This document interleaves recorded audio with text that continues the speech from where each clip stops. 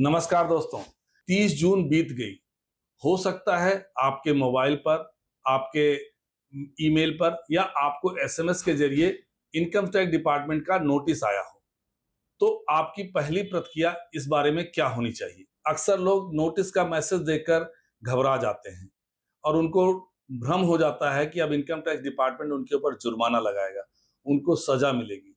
इन्हीं सब भ्रम को दूर करने के लिए आज हम आए हैं chartered accountant P P Singh ji के पास, आपके भ्रम को दूर करने के लिए। Sir, DNA of tax laws में आपका बहुत बहुत स्वागत है। नमस्कार। सर, सबसे पहले मूल सवाल कि इनकम टैक्स का नोटिस कब आता है और करदाता को नोटिस की सूचना के स्पष्टीकरण जारी किए जाते हैं या खाली नोटिस भेजा जाता है? जी, आपका क्वेश्चन बहुत बढ़िया है।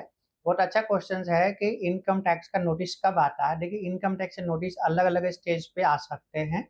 आपको ये समझना चाहिए कि इनकम टैक्स का नोटिस रिटर्न भरने के बाद भी आ सकता है। यदि आपने कोई रिटर्न भर दिया है और रिटर्न जैसा कि अभी रिटर्न भरा जा रहा है, तो रिटर्न भरने में यदि कोई डिफेक्ट्स होगा प्रोसेसिंग के टाइम पे, तो आपके पास 143 सबसेक्शन 1 का नोटिस आता है सीपीसी बेंगलुरु से, जो ऑनलाइन में मेल पे आता है नोटिस। और वो नोटिस आया तो इसका मतलब ये है, आपको ये चेक कर लेना चाहिए उसमें डिफेक्ट्स मेमो होंगे। जो भी डिफेक्ट्स मेमो हैं, जो यदि आप खुद ही अपना रिटर्न मैनेज कर रहे हैं तो आप खुद रिप्लाई लिखें। यदि कोई ज़्यादा तकलीफ है तो अपने टैक्स कंसल्टेंट को अप्रोच करें। तो एक इमीडिएटली उसको आप जवाब दें कि आपका वो डिफेक्ट्स खत्म हो और रिटर्न प्रोसेस हो जाए। एक बात तो यही है। दूसरा नोटिस, यदि आपका रिटर्न प्रोसेस हो गया और आपकी रिटर्न एक्सेप्ट हो गई है without any deviation, without any addition to the income और विदाउट एनी टैक्स लायबिलिटी, तो आपने जो रिटर्न में टैक्स निकाला था या रिफंड क्लेम किया था, गवर्नमेंट ने आपका इनकम भी असेस कर दिया सेम, और आपका टैक्स लायबिलिटी जो आपने बोला था वही गवर्नमेंट ने भी निकाल दिया, और जो आपने रिफंड क्लेम किया था वही गवर्नमेंट ने भी एक्सेप्ट कर लिया। तो आपके पास इंटीमेशन आ जाएगा और उसमें लिखा होगा कि आपने रिटर्न में कितनी फिगर लिखी है और आपका असेसमेंट्स कितने पे हुआ है। यदि सेम फिगर है तो आपको कुछ करने की ज़रूरत नहीं है। और उसके बाद कुछ समय के बाद आपके पास जो नोटिस आ सकते हैं वो स्क्रूटनी असेसमेंट्स के नोटिस आ सकते हैं। वो नोटिस जनरली सेक्शन 143 सबसेक्शन 2 में आता है। उस नोटिस को स्क्रूटनी नोटिस बोलते हैं। वो 2 तरीके का होता है। एक नोटिस है जो लिमिटेड स्क्रूटनी है। इसका मतलब ये है कि आपके रिकॉर्ड्स, डॉक्यूमेंट्स, ऑडिट रिपोर्ट वगैरह-वगैरह में कोई उनको स्पेसिफिक इन्फॉर्मेशंस कहीं से मिली है, तो उस स्पेसिफिक इन्फॉर्मेशन का वेरिफिकेशन कर रहे हैं। जैसे आपने कोई इम्पोर्ट किया है, उसका वेरिफिकेशन हो सकता है। आपने जीएसटी का कोई सप्लाई डिटेल्स डिक्लेयर किया है या कहीं सर्च हुआ है जीएसटी का, उस बेसिस पर भी आपका फिगर मैच नहीं खा रहा है या कुछ और रीज़न हो सकता है, तो उसके बेसिस पे आपको नोटिस आ सकता है। जो नोटिसेज़ अभी असेसमेंट ईयर 25-26 की नोटिस अभी 30 जून तक आई है, काफ़ी लोगों को नोटिस आई है, तो घबराने वाली कोई बात नहीं है। आपको जो भी नोटिस आया है, वो नोटिस का आपको रिस्पॉन्स करना है। मैं ये सजेस्ट करूँगा कि आप टैक्स कंसल्टेंट को अप्रोच करें और आपका प्रॉपर नोटिस का रिप्लाई जो इनकम टैक्स लॉ के हिसाब से है, वो दिया जाए। सर, तो एक नोटिस ये भी हो गया। अब तीसरा नोटिस ऐसा होता है कि अ, यदि आपका असेसमेंट्स भी हो गया और या असेसमेंट्स किसी वजह से गवर्नमेंट के ऑफिसर्स ने नहीं किया, तो ऐसे सिचुएशन में कुछ दिनों के बाद आपको रीअसेसमेंट्स का नोटिस भी आ सकता है। तो रीअसेसमेंट्स के नोटिस आएगा यदि, तो उसका भी आपको जवाब लिखना है, और रीअसेसमेंट का नोटिस आपको 148 सेक्शन या 148 कैपिटल ए में आता है। हमने अपने चैनल के ऊपर डीएनए ऑफ टैक्स लॉज़ के ऊपर रीअसेसमेंट से रिलेटेड 4 वीडियो लोड कर रखे हैं। आप उनको ज़रूर देखें, यदि रीअसेसमेंट्स का मैटर है तो उसको ज़रूर करें। इसके बाद कई बार सर्वे भी होता है, तो सर्वे में भी आपके पास नोटिसेज़ आ सकते हैं रिप्लाई देने के लिए, और कभी सर्च भी होता है। तो यदि कहीं सर्च हो गया है तो तब भी नोटिस आ सकते हैं। लेकिन घबराने वाली कोई बात नहीं है। आपको इन सब केसेस में कोई टैक्स कंसल्टेंट को अप्रोच करना है जो कॉम्पिटेंट है, समझदार है, जो ये सब केस हैंडल करते हैं, और उनको अप्रोच करिए और फिर आगे प्रोसीड करिए। He will guide you. दोस्तों, सर ने जैसा बताया रीअसेसमेंट के जो भी हमने वीडियो बनाए हैं, उसका लिंक हम डिस्क्रिप्शन बॉक्स में दे रहे हैं। आप वहां जाकर उस वीडियो को देख सकते हैं और उसका फायदा उठा सकते हैं। सर, मूल सवाल ये आता है कि इनकम टैक्स नोटिस भेजता क्यों है? क्योंकि क्या टीडीएस और टीसीएस में डिफरेंस होने के कारण भेजता है, या कोई लेन-देन का उसको समझ में आता है? वो मुख्य कारण क्या है कि वो नोटिस क्यों भेजता है लोग? जी, ऐसा है जो रिटर्न आप भरते हैं, वो रिटर्न में आप बहुत सारा इन्फॉर्मेशन देते हैं। जो भी डेटा आप रिटर्न में देते हैं, अलग-अलग हेड ऑफ इनकम के, आप डिडक्शंस क्लेम करते हैं, आप रिबेट क्लेम करते हैं, आप रिलीफ क्लेम करते हैं, आपका जो टीडीएस कटा है, वो क्लेम करते हैं, सेल्फ असेसमेंट टैक्स जमा करते हैं, वो भी क्लेम करते हैं, आप कोई रिबेट क्लेम करते हैं। आप अलग-अलग डिडक्शन जैसे लाइफ इंश्योरेंस का करते हैं, स्कूल फी का करते हैं, आप कोई डोनेशन देते हैं चैरिटेबल ऑर्गेनाइजेशंस को या पॉलिटिकल पार्टीज को, वो क्लेम करते हैं। तो आप बहुत सारे डिडक्शंस और ये सब क्लेम करते हैं अपने रिटर्न में, तो डिपार्टमेंट्स उनको वेरीफाई करता है। तो कई बार ऐसा होता है कि वो वेरिफिकेशंस नहीं हो पा रहा है, या आपके रिटर्न भरने के बाद उन्होंने कहीं इनकम टैक्स डिपार्टमेंट ने किसी और की भी इंक्वायरी करी, उस इंक्वायरी में उनको इन्फॉर्मेशन मिला कि आपने जो परचेज़ किया है वो बोगस परचेज़ है। ऐसा हो सकता है, या आपने सेल किया तो किसी की स्टेटमेंट रिकॉर्ड हुई, उसने बोला कि जी इनका तो सेल ही बोगस है। इन्होंने सिर्फ इनवॉइस बनाया, बिल बनाया, लेकिन एक्चुअल सामान की सप्लाई नहीं करी, कोई सर्विस नहीं दिया। या आपके बैंक में बहुत सारा क्रेडिट है, तो वो क्रेडिट आपके प्रोफाइल से मैच नहीं खा रहा। मान लीजिए आपने रिटर्न तो 10-12 लाख की भरी, लेकिन बैंक में 1 करोड़ है। तो आपका प्रोफाइल मैच नहीं खा रहा। आपका टीडीएस आपने क्लेम किया, लेकिन वो 26 से मैच नहीं खा रहा। या आपके रिटर्न भरने के बाद किसी डिडक्ट जिसने टीडीएस काटा, उसने अपनी रिटर्न अपडेट कर दी और आपका टीडीएस कम कर दिया। ऐसा भी हो सकता है, तो उसने रिवाइज़ कर दी। तो इस तर या आपने कोई टीडीएस क्लेम किया था, वो गलत टीडीएस था, वो आपकी इनकम ही नहीं थी, वो आपके टीडीएस में आना नहीं चाहिए था 26 में, पर आपने ध्यान नहीं दिया रिटर्न भरते समय, आपने टीडीएस तो क्लेम कर लिया, लेकिन वो आपकी इनकम ही नहीं थी, क्योंकि वो इनकम किसी और की थी। तो किसी ने रिपोर्ट किया अपने डिडक्टर को कि मेरे में नहीं आ रहा 26 तो उसने वो अपडेट कर दिया, तो वो भी चेंज हो गया। तो कई कारण हो सकते हैं नोटिस आने के। बस ये है कि जब नोटिस आए तो जो आपके टैक्स कंसल्टेंट है वो इन्वेस्टिगेट करेंगे, आपकी सारी इन्फॉर्मेशंस को रिकॉर्ड पे लेंगे, चेक करेंगे और फिर निकालेंगे कि वाक़ई गलती कहाँ पर हुई है। क्योंकि जब नोटिस आती है तो उसमें इन्फॉर्मेशन भी आपसे माँगा जाता है, तो आपको लिख के भी देंगे कई बार कि आपकी गलती कहाँ पर है। आपका सेल्स मान लीजिए इनकम टैक्स रिटर्न में जो सेल है वो आपके जीएसटी से मैच नहीं खा रहा, वो लिख के देंगे आपको। आपकी परचेज़ेज़ मैच नहीं खा रही है। आप ये बोलेंगे कि पिछे 5-7 साल से तो प्रॉफ़िट आप ज़्यादा दिखा रहे थे, इस साल आपका प्रॉफ़िट बहुत ही कम है। तो ये सब इन्फॉर्मेशंस जो उनके पास होगा वो आपको शेयर भी करेंगे और फिर आपसे कमेंट्स और रिप्लाई लेंगे और फिर आपका असेसमेंट्स वो करेंगे। तो आपको एविडेंस भी देना है, डॉक्यूमेंट्स भी देना है, इन्फॉर्मेशन भी देना है, क्लैरिफिकेशन भी देना है, ये सब आपको देना पड़ेगा ताकि असेसिंग ऑफिसर को ये सब जानकारी मिल जाए। और ये सब नोटिस जो आएँगे वो मेल पे आएँगे, कोई जनरली नोटिस आपको फिज़िकल कॉपी नहीं आएगा।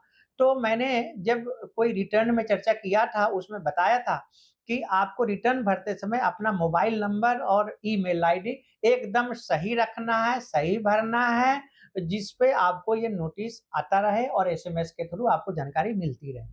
Sir, normally income tax department का कौन सी धारा के अंतर्गत जो नोटिसेस सबसे कॉमन है, और बहुत सारी नोटिसेस बहुत सारे अलग-अलग सेक्शंस में आती हैं, तो उसकी गंभीरता आदमी कैसे समझे कि किस सेक्शन में नोटिस आया तो ज़्यादा गंभीर विषय है, कौन-सा नोटिस हल छोड़ देना चाहिए? जी, बहुत इम्पोर्टेंट क्वेश्चन है। देखिए जनरली जब आप रिटर्न भरते ही नोटिस 143 सबसेक्शन 1 का आता है। इसका मतलब आपके रिटर्न में कुछ माइनर डिफेक्ट्स हैं या रिटर्न प्रोसेसिंग हो गई है आपकी और आपके रिटर्न में जो आपने रिटर्न में डिटेल्स दिया और जो उन्होंने इन्फॉर्मेशन पाया वो दोनों का डिफरेंस बना के या पैरेलल फिगर आपको आ जाएगी। एक तो ये जनरली रिटर्न भरते ही आता है रिटर्न प्रोसेस होते ही सीपीसी बेंगलुरु से आएगा। लेकिन वो रिटर्न भरने के तुरंत 2, 3, 4 महीने के अंदर हो सकता है आपको 1 वीक के अंदर, 2 वीक के अंदर भी आ जाए, रिफंड प्रोसेस हो जाएगा, आपको रिफंड मिलेगा। तो रिटर्न सीपीसी से आता है वो नोटिस, 143 सबसेक्शन 1 का। लेकिन उससे ज़्यादा गंभीर नोटिस वो है जो स्क्रूटनी असेसमेंट्स का आता है, वो सब लोगों को नहीं आते हैं। वो बहुत लिमिटेड लोगों को, बहुत कम लोगों को स्क्रूटनी असेसमेंट के नोटिसेज़ आते हैं क्योंकि एक एक लेवल पे आपकी इंक्वायरी रिटर्न भरने के बाद हो गई है।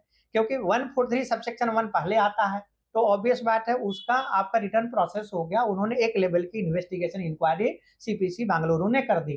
अब आपके पास जो नोटिस आएगा वो 140 सबसेक्शन 2 का नोटिस आएगा।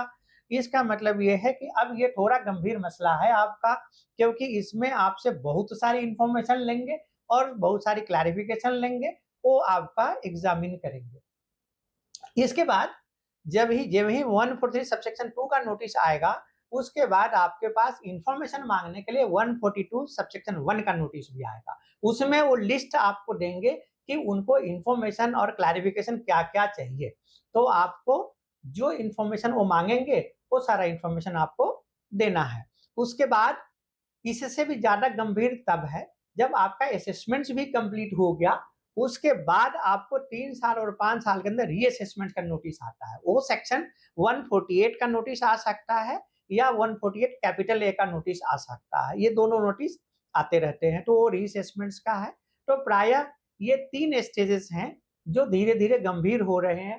एक जो रिटर्न भरने पे इंटीमेशन जस्ट प्रोसेसिंग कर दिया रिटर्न का, दूसरा स्क्रूटनी असेसमेंट और आप इससे भी एस्केप हो गए तो उसके बाद रीअसेसमेंट्स जो 147, 148 कैपिटल ए के नोटिसेस आते रहते हैं। जी। सर इसी नोटिस से तो आ गए, ठीक है, नोटिस हमको मिल गया।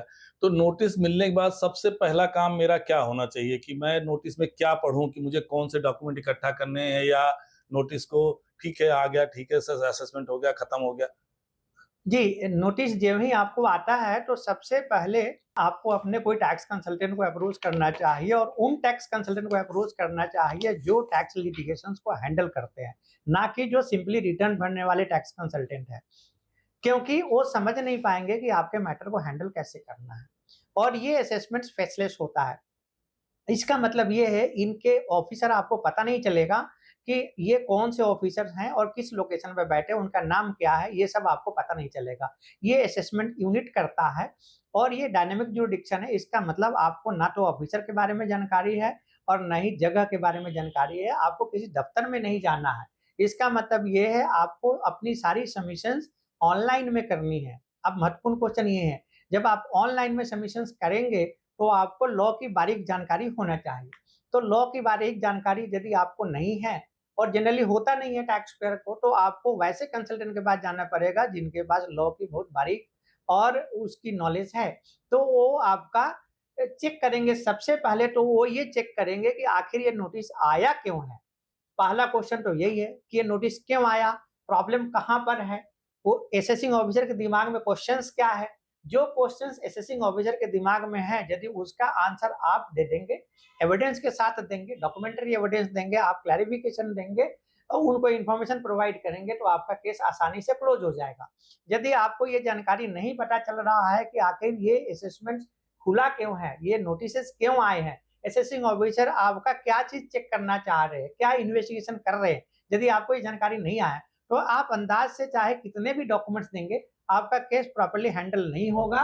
इसका मतलब ये हुआ कि आप ऐसी दवाइयां खा रहे हैं अंदाज से, बीमारी तो आपका कुछ और ही है और आप दवा कुछ और ही खा रहे हैं, तो उसे बीमारी कभी भी सही नहीं होगी, उसके साइड इफेक्ट्स और हो सकते हैं और आपका भारी नुकसान हो सकता है। तो मैं ये सजेस्ट करूंगा कि जैसे आप दवाइयाँ सोच समझ के खाते हैं, कोई समझ के डॉक्टर के पास पहुँच के जो टेस्ट वगैरह होने के बाद जो बीमारी होती है उसी की दवा खाते हैं, इसी तरीके से कोई ऐसे टैक्स कंसल्टेंट के पास ज़रूर अप्रोच करें, जिनके पास लिटिगेशंस हैंडल करने का एक्सपीरियंस है और वो सबसे पहले आइडेंटिफाई करेंगे कि प्रॉब्लम कहाँ है, इश्यू कहाँ है, असेसिंग ऑफिसर को प्रॉब्लम क्या फेस हो रही है, वो क्या चीज़ इन्फॉर्मेशन चाहते हैं, उनको प्रॉब्लम क्या है, वो आप एविडेंस दें, तो आपका असेसमेंट्स प्रॉपर हो जाएगा। तो देखा दोस्तों, जैसा कि सर ने बताया कि लॉ अपने आप में बहुत ही पेचीदा सवाल है और इनकम टैक्स तो और भी ज़्यादा पेचीदा है कि ये पता नहीं चलता कि आपका असेसमेंट ऑफिसर जो है आपके शहर में है या किसी दूर अन्नामलाई और आसाम और पुडुचेरी में बैठा हुआ है, या हो सकता है कंप्यूटर एआई ही आपका असेसमेंट कर रहा हो। इसलिए आपको सही कंसल्टेंट से सलाह लेनी ज़रूरी है ताकि वो आपकी समस्या को समझकर और कानूनी दांव-पेच को समझकर सही ढंग से आपके सवाल का जवाब दे सके और वो इनकम टैक्स डिपार्टमेंट को सैटिस्फाई कर सके।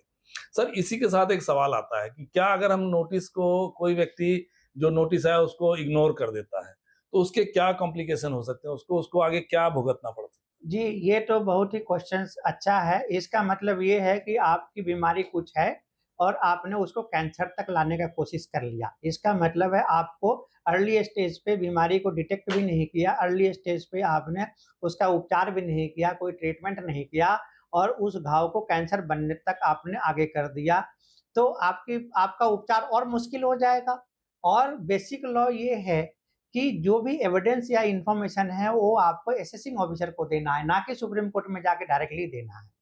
इसका मतलब ये हुआ कि यदि असेसमेंट्स का नोटिस आए तो आपको जो डॉक्यूमेंट्स है, जो इंफॉर्मेशन है, वो असेसिंग ऑफिसर को ज़रूर देना चाहिए। यदि आप उस समय पे नहीं दे पाएँ तो बेसिक रूल है कि अपीलेट अथॉरिटी आपका कोई एविडेंस नहीं लेंगे, वो एक्सेप्ट नहीं करेंगे। यदि आप अपील में भी जाएँगे तो एक्सेप्ट नहीं करेंगे। उसका consequence ये होगा कि आपको वहाँ बहुत मशक्कत करनी पड़ेगी कि आपकी एविडेंस एक्सेप्ट हो जाए। रूल 46 कैपिटल है, कोई इनकम टैक्स में है, जो अपीलेट अथॉरिटी को बताना पड़ता है, फर्स्ट अपीलेट अथॉरिटी को, जिसके अंदर आपका वो एविडेंस एक्सेप्ट करते हैं, लेकिन उसके कॉजेज़ हैं। You must have some sufficient cause कि आप ईओ को क्यों नहीं दे पाए ये इन्फॉर्मेशन या डॉक्यूमेंट। आप डायरेक्टली अपीलेट अथॉरिटी को क्यों दे रहे हैं? तो आपको वो कॉज एस्टेब्लिश करना पड़ेगा और वो कॉज भी सफिशिएंट होना चाहिए, एक बात तो यही है। और हो सकता है कि अपीलेट अथॉरिटी दोबारा खुद वहाँ आपका एडजुडिकेशन नहीं करके केस मेरिट पे डिसाइड नहीं करके वापस हो सकता है कि दोबारा आपको असेसिंग ऑफिसर के पास ही भेज देंगे। तो अल्टीमेटली असेसमेंट असेसिंग ऑफिसर ही करेंगे। तो जब असेसिंग ऑफिसर ही असेसमेंट करेंगे तो आपके अपील के जो किसी कंसल्टेंट को आप फी देंगे वो बेकार हो गया। आपका वो आपको टेंशन होगा वो भी बेकार हो गया। जो अपील की फी लगती है वो भी बेकार हो गया। तो आपने इतना सारा मशक्कत इसलिए करना पड़ा क्योंकि आपने असेसिंग ऑफिसर को असेसमेंट के दौरान डॉक्यूमेंट्री एविडेंस और इन्फॉर्मेशन नहीं दिया। तो मैं सजेस्ट करूँगा कि जब भी कोई जैसे बीमारी होता है आपको तो तुरंत आपको उपचार करना चाहिए और अच्छे टैक्स कंसल्टेंट से मिलना चाहिए और फिर आप उनका रिप्लाई दें प्रॉपर, ताकि आपको आगे जाने की नौबत नहीं आए और आपका असेसमेंट प्रॉपर हो जाए। एक बात और है, ज्यों ही आपका असेसमेंट हो जाएगा, यदि कोई डिमांड बन गया तो सरकार के ऑफिसर रिकवरी करेंगे, फिर बैंक खाते अटैच होने लगेंगे। फिर आप फर्स्ट अपील में जाएँगे, उसकी भी कंडीशंस होती है। तो आपको स्टे ऑफ डिमांड की पिटीशन मूव करनी पड़ेगी, वो कई बार मिलेगा, नहीं मिलेगा, और फिर 10% 20% जमा करना पड़ता है। तो आपके ऊपर फाइनेंशियल बर्डन बहुत बढ़ने वाला है। तो मैं यही कहूँगा कि असेसमेंट्स बहुत इम्पोर्टेंट है और असेसमेंट को एकदम केयर किया जाए और जो डॉक्यूमेंट इन्फॉर्मेशन की ज़रूरत है वो कंसल्टेंट को दिए जाएँ और उसका रिप्लाई प्रॉपर्ली समय से दिया जाए।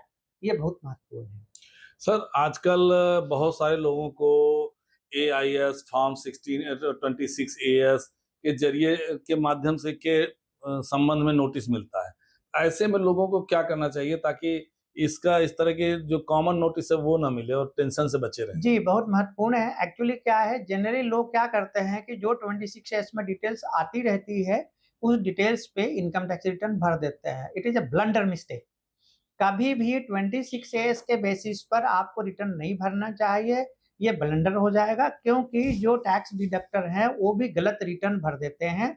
तो एक्स का टीडीएस वाई में चला गया, वाई का जेड में चला गया, आपके में डबल आ गया। कई बार ऐसा भी होता है कि आपकी इनकम तो कम है, आपके में ज़्यादा आ गया। अब आपको ही अपना रिटर्न में डिक्लेयर करना है कि आपकी वाक़ई इनकम कितनी है।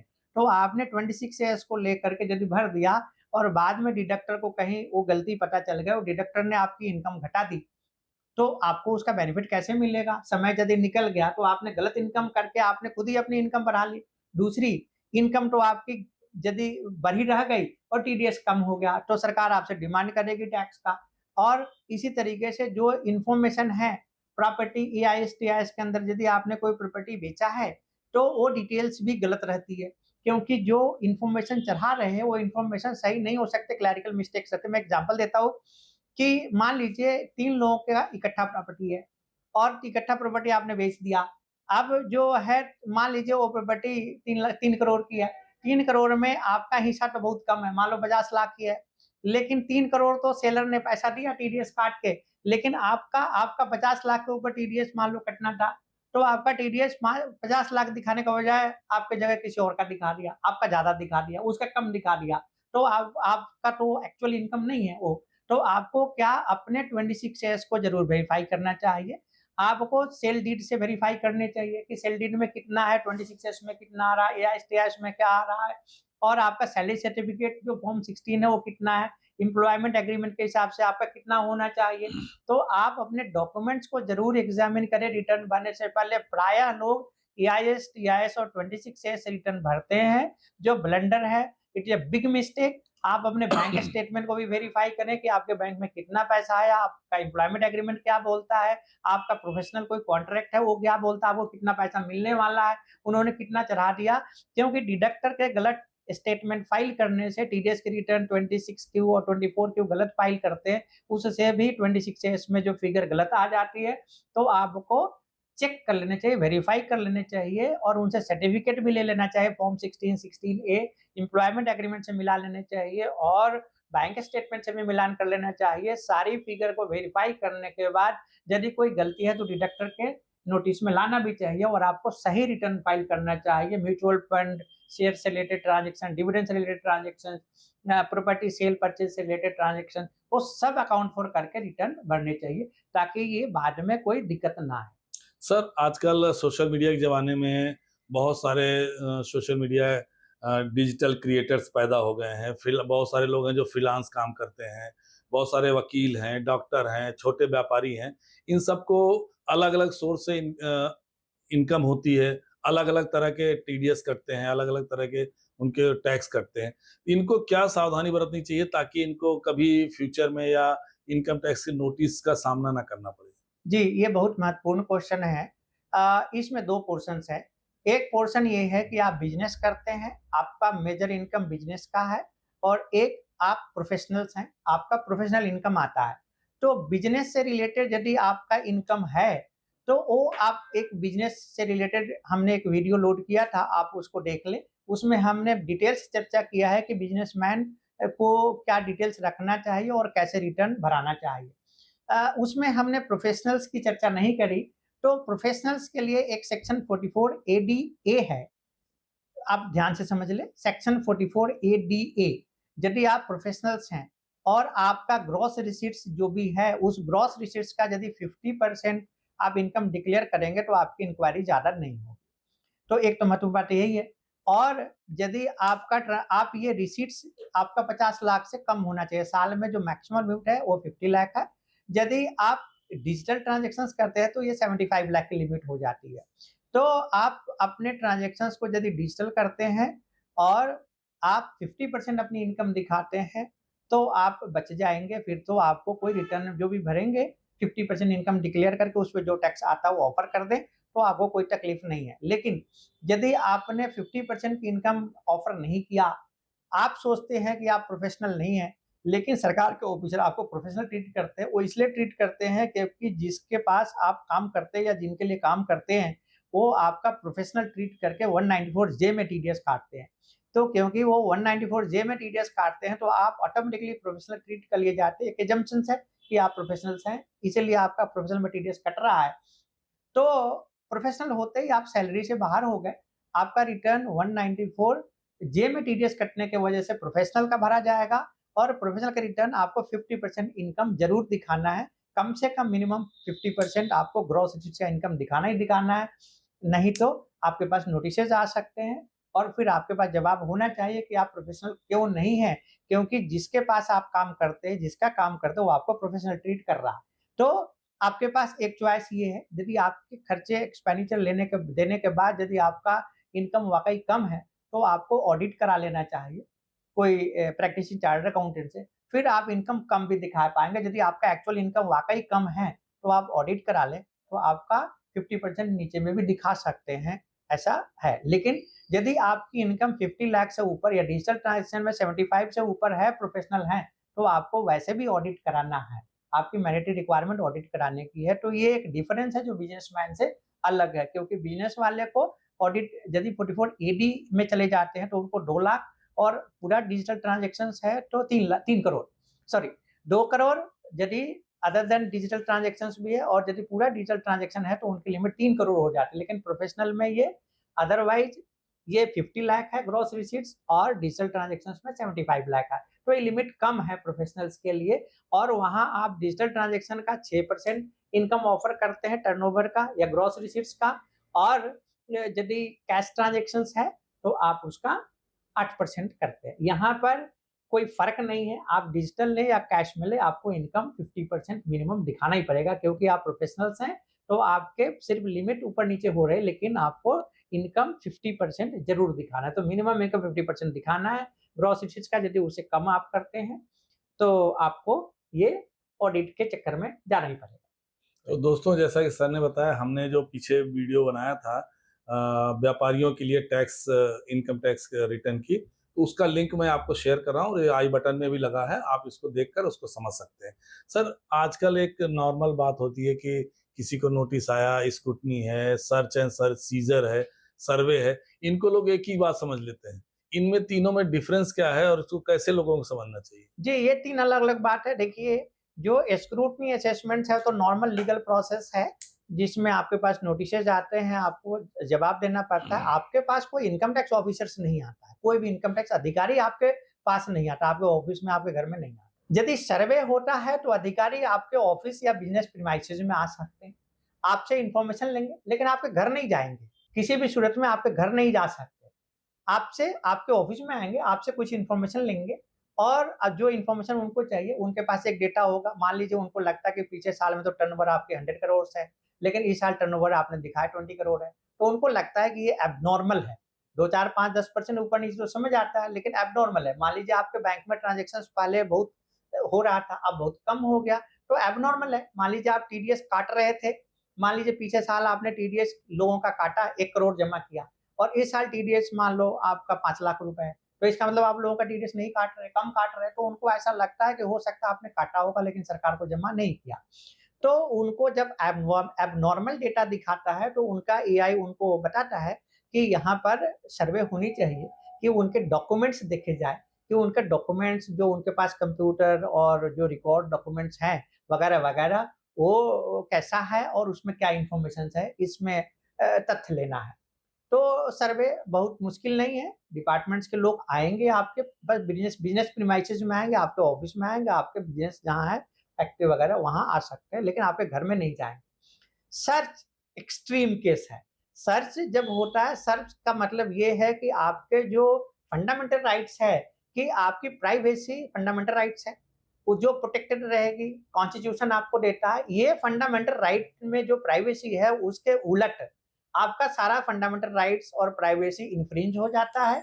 जो ऑफिसर्स आएँगे, वो सर्च वारंट लेके आएँगे, वो आपको दिखाएँगे सर्च वारंट, अपनी स सबसे पहले वो बोलेंगे कि मेरा जेब वगैरह सर्च कर लीजिए कि मेरे में कुछ है नहीं, हमारे पास सर्च वारंट है। फिर वो टीम लेके आएँगे और टीम लेकर के वो सिर्फ़ आपके बिज़नेस प्रीमाइसेस में नहीं आएँगे। वो आपके बिज़नेस प्रीमाइसेस में भी आ सकते हैं, आपके फैक्ट्री में भी आ सकते हैं, आपके घर पे भी आ सकते हैं। फिर वो खुद आप उनको वो बोलेंगे आपको कि आप लॉक खोलिए, आप अपने जो भी आपके पास है हाइड किया वो सब खोलिए। उनके पास इन्फॉर्मेशन बहुत इम्पोर्टेंट इन्फॉर्मेशन रहती है, कन्फर्म इन्फॉर्मेशन रहती है, उसके बेसिस पे आएँगे, वैसे नहीं आएँगे। जब बड़े टैक्स लीकेज होता है या इस तरीके का होता है तभी सर्च के लिए आते हैं। तो सर्च तो इतना आसान नहीं है, क्योंकि सर्च के लिए बहुत प्रिपरेशन करनी पड़ती है गवर्नमेंट डिपार्टमेंट्स को। उनको एक कन्फर्म इन्फॉर्मेशन चाहिए कि वाक़ई यहाँ कोई कैश, ज्वेलरी, बुलियन वगैरह या प्रॉपर्टी से रिलेटेड कुछ मतलब कन्फर्म इन्फॉर्मेशन चाहिए और बड़ा अमाउंट इन्वॉल्व है तो सर्च होता है। जनरली छोटे केस में सर्च नहीं होता। सर्वे हमने बस एक्सप्लेन कर दिया कि आपका मेजर कुछ वेरिएशंस है, तो ऑफिस में आकर के ऑफिसर्स आएँगे, कोई ज़्यादा आपको तंग परेशान नहीं करेंगे। और जो नॉर्मल नोटिसेस हैं, उसमें तो कुछ होता नहीं है, आपके पास कोई आएगा नहीं, जस्ट आपको इन्फॉर्मेशन सबमिट करना है बस दैट्स ऑल। लेकिन सर, जो नोटिस आता है, कई बार होता है कि ऑफिस में पता चल जाता है कि इनकम टैक्स का नोटिस आया फलाने को, या पड़ोसी को पता चलता, तो लोगों के मन में एक धारणा बन जाती है कि इनकम टैक्स नोटिस है, जरूर इसने टैक्स चोरी किया होगा। तो ऐसी कौन सी बातें हैं कि जिनमें ये माना जाए कि भाई जो ईमानदार है उसको भी नोटिस आता ही है, ये एक नॉर्मल प्रोसीजर है, इसमें कोई इसको बदनाम करने की जरूरत नहीं है, ठीक है, आज इसको आया कल हमको आ सकता है। ऐसी कौन कौन सी बातें हैं सर? जी, बहुत आपका क्वेश्चन बहुत महत्वपूर्ण है। देखिए, यदि आप इनकम टैक्स पेयी हैं, तो आपको नोटिस आ सकते हैं। कोई भी जो इनकम टैक्स पेयी है, उसको नोटिस आ सकता है। उनको इन्फॉर्मेशन वेरीफाई करते हैं। ऐसा नहीं होता है कि जब असेसमेंट होता है, तो सब में एडिशन हो जाता है और टैक्स डिमांड निकाल दिए जाते हैं। मैं आपको बताऊँ कि लगभग 60% 50-60% केसेज में कोई डिमांड नहीं बनता, कोई एडिशन नहीं होता, आपकी इन्फॉर्मेशन से वो सैटिस्फाई हो जाते हैं। जो उनके क्वेश्चंस है, उनके पास कहीं से इन्फॉर्मेशन आई है, आपसे इन्फॉर्मेशन लेके वेरीफाई कर लेते हैं और आपके ऊपर कोई डिमांड नहीं बनती, आपको टैक्स चोर नहीं है। हाँ, बहुत कम केसेस होते हैं जिसमें डिमांड भी बनती है और उनको हो सकता है ऑफिसर्स आपकी बात से सहमत नहीं है, तो उसके लिए भी रेमेडी ये है कि आपको अपील में जाना पड़ता है। हमने एक वीडियो बनाया था फर्स्ट अपील के ऊपर जिसमें डिटेल्स है और यदि फर्स्ट अपील में आपका नहीं हो पाता है कमिश्नर अपील के पास तो आप आईटीएटी में जा सकते हैं। हमने आईटीएटी के ऊपर भी एक वीडियो बनाया था और बहुत सारे लोगों को इनकम टैक्स अपीलेट ट्राइब्यूनल से रिलीफ मिल जाती है क्योंकि कई पॉइंट के ऊपर जो ऑफिसर्स के वर्जन है, जो ऑफिसर की समझ है लॉ पॉइंट के ऊपर और जो टैक्स पेयर की समझ है उसमें डिफरेंस हो सकता है। तो एक न्यूट्रल अथॉरिटी चाहिए जो ऑफिसर्स की बात भी समझेंगे और जो एसएससी है उनकी बात भी समझेंगे और वो फिर डिसीजन देंगे। तो हमारे कंट्री में बहुत सारी बेंचेस है इनकम टैक्स अपीलेट ट्राइब्यूनल की, वहां आप अपील कर सकते हैं और बहुत सारे लोगों को इनकम टैक्स अपीलेट ट्राइब्यूनल से रिलीफ मिल जाती है। फिर भी आपका नहीं होता है तो आप हाई कोर्ट सुप्रीम कोर्ट तक जा सकते हैं। तो ऐसा नहीं समझा जाए कि किसी को नोटिस आ गया तो इनकम टैक्स का चोर है। इनकम टैक्स चोर तब है जब उस आदमी का नोटिस आया और उसका डिमांड कंफर्म है और उसका कोई अपील भी उसने नहीं किया, तो तब भी हो सकता है कि वो चोर नहीं है। क्यों? चोरी करना एक अलग बात है और difference of opinion law point के ऊपर अलग बात है, दोनों बात अलग-अलग है। तो सोसाइटी में बाय एंड लार्ज जो मेरी समझ है कि इनकम टैक्स का नोटिस आया है तो बहुत गलत नहीं है कुछ भी। यदि आप इनकम कमाएँगे तो आपके पास इनकम का रिटर्न भरेंगे, तो आप टैक्स जमा करेंगे, तो कोई थोड़ी-मोड़ी डिस्क्रिपेंसी हो भी सकती है, इसलिए बहुत घबराने वाली बात नहीं है और किसी को ये बुरा नहीं मानना चाहिए। हाँ, बुरा मानने वाली बात सर्च के केस में तो फिर भी समझ आती है, क्योंकि आपके पास कोई ऑफिसर्स की पूरी टीम आ रही है, पुलिस भी कई बार आ जाती है, तो उनको प्रोटेक्ट करने के लिए, तो सर्च के केसेज़ में तो एक बार समझ आता है। लेकिन स्क्रूटनी असेसमेंट के नॉर्मल नोटिसेज़ तो कई लाखों लोगों को आते हैं, तो उसके लिए बहुत घबराने वाली बात नहीं है, प्रोसीडिंग चलती है, इतना बड़ा डिपार्टमेंट है, कई करोड़ टैक्स पेयर हैं, तो वो सब रिटर्न नॉर्मल प्रोसेस है क्योंकि आपके रिटर्न का वेरिफिकेशन हो रहा है, just they are verifying your information and data in the income tax return, nothing else. दोस्तों, जैसा कि सर ने आपको अलग-अलग टैक्स कानूनों के बारे में बताया, तो ये सारे वीडियो हमारे चैनल पर पड़े हैं। आप हमारे चैनल को देखिए और उसको अपने दोस्तों के साथ शेयर कीजिए ताकि उनको भी इसका लाभ मिल सके। सर, अगर एक कोई टैक्स पेयर है, ईमानदारी से चाहता है कि भई हमें सुकून की ज़िंदगी जीऊँ, मुझे कभी कोई नोटिस का झंझट ना पड़े, तो उसको पूरे साल टैक्स प्लानिंग करते समय या रिटर्न भरते समय किन-किन बातों का ध्यान रखना चाहिए? ऐसी कोई 5 बातें या 7 बातें, 7 पॉइंट्स आप बताइए पॉइंट्स में कि उसको रिटर्न भरने के बाद फिर वो या 2 साल बाद रीअसेसमेंट ऐसा कोई नोटिस ना आए, सुकून की ज़िंदगी जिए। देखिए, ये 100% तो एलिमिनेट करना बहुत मुश्किल है क्योंकि यदि बहुत बड़ा टैक्स पेयर है, कॉर्पोरेट्स हैं, कंपनी है, पार्टनरशिप फर्म है, एलएलपी वगैरह हैं, तो उनको तो असेसमेंट्स होते रहते हैं प्रायः क्योंकि उसमें टैक्स का इन्वॉल्वमेंट बहुत होता है और बहुत सारे डॉक्यूमेंट्स पोर्टल पे लोड होते हैं और गवर्नमेंट्स के डिपार्टमेंट से इन्फॉर्मेशन भी बहुत सारी अलग-अलग जीएसटी से अलग-अलग डिपार्टमेंट से इन्फॉर्मेशन आती है, तो एकदम से अवॉइड तो नहीं कर सकते। लेकिन हाँ, जो छोटे टैक्स पेयर हैं, सैलरी है, जो छोटा-मोटा बिज़नेस है या छोटे लोग हैं, उनको यदि कोई अच्छे टैक्स कंसल्टेंट से अप्रोच करके रिटर्न भराएँगे, अपनी बैंक स्टेटमेंट देंगे, अपना जो सैलरी सर्टिफिकेट या फॉर्म 16 है, फॉर्म 16A है, टीडीएस सर्टिफिकेट्स, अपना जो एम्प्लॉयमेंट एग्रीमेंट है, जो उन्होंने इनवॉइस रेज़ किया है, कहाँ काम करते हैं, बैंक स्टेटमेंट है, कोई इन्वेस्टमेंट्स का डिटेल्स है, कोई प्रॉपर्टी बेचा खरीदा है, उसका डिटेल्स है, उसका सोर्स है। यदि प्रॉपर इन्फॉर्मेशन टैक्स कंसल्टेंट को देंगे और ये लास्ट डेट में रिटर्न भरने के बजाय शुरू में ही रिटर्न भरेंगे, प्रॉपर समय दे करके और ड्राफ्ट कंप्यूटेशंस और ड्राफ्ट रिटर्न को यदि एक बार वेरीफाई कर लेंगे, तो उनके नोटिसेज़ आने के चांसेस बहुत रिमोट हो जाते हैं, बहुत कम चांस हो जाता है, ज़्यादातर रिटर्न स्क्रूटनी में नहीं आती है। मतलब हार्डली 1-2% भी रिटर्न स्क्रूटनी में नहीं आती है, सच बात यही है। क्योंकि जो स्मॉल टैक्स पेयर्स हैं उनका आप समझ लें कि शायद 10,000 रिटर्न्स में शायद 10-20 रिटर्न्स स्क्रूटनी में आती है, तो बहुत कम है जो है और ना फिर के भी बराबर। ना के बराबर है और फिर भी यदि आपका कोई स्क्रूटनी आ रहा है तो अपने टैक्स कंसल्टेंट को अप्रोच कर लें और यदि आपको गलती कोई पता चल गई तो रिवाइज़ रिटर्न भर लें। तो आपके पास वो है। और यदि स्क्रूटनी आ भी गया और आपको लगता है कि आपसे कोई गलती से रह गया है, तो आप उस स्टेज पे भी टैक्स जमा करके बाहर एग्जिट आ सकते हैं। इतना ही नहीं, यदि आपका कोई असेसमेंट ऑर्डर भी आ गया है, तो घबराने वाली बात नहीं। आप असेसमेंट ऑर्डर पे टैक्स और इंटरेस्ट यदि 30 डेज में जमा कर देते हैं और ऑफिसर को बता देते हैं कि हमने टैक्स और इंटरेस्ट 30 डेज में जमा कर दिया, हम कोई अपील नहीं करना चाहते, नहीं लड़ना चाहते, तो आपका केस क्लोज हो जाएगा। तो फिर आपको कोई पेनल्टी भी नहीं लगेगी। तो आपके तो मुझे नहीं लगता कि इतना कोई दिक्कत वाली बात है। यदि आ भी गया, ऑर्डर भी आ गया और आपका टैक्स बनता है और आप एक्सेप्ट कर रहे हैं, तो आप टैक्स और इंटरेस्ट जमा कर दें 30 डेज के अंदर और आपका केस क्लोज हो जाएगा। तो दोस्तों देखा, इनकम टैक्स जैसे इतने सीरियस इशू को कितने आसान शब्दों में उदाहरण के साथ चार्टर्ड अकाउंटेंट पीपी सिंह जी ने हम सबको समझाया। उम्मीद करता हूं ये आपको समझ में आया होगा और इस समझ को आप अपने दोस्तों के साथ साझा करिए, चैनल को सब्सक्राइब करिए और देखते रहिए।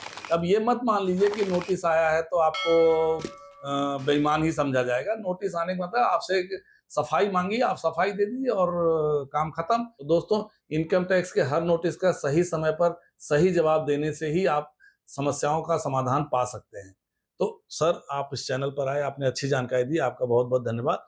दोस्तों, इस चैनल को देखिए, अपने दोस्तों के साथ शेयर कीजिए और सब्सक्राइब जरूर कीजिए। धन्यवाद। धन्यवाद। Thank you very much.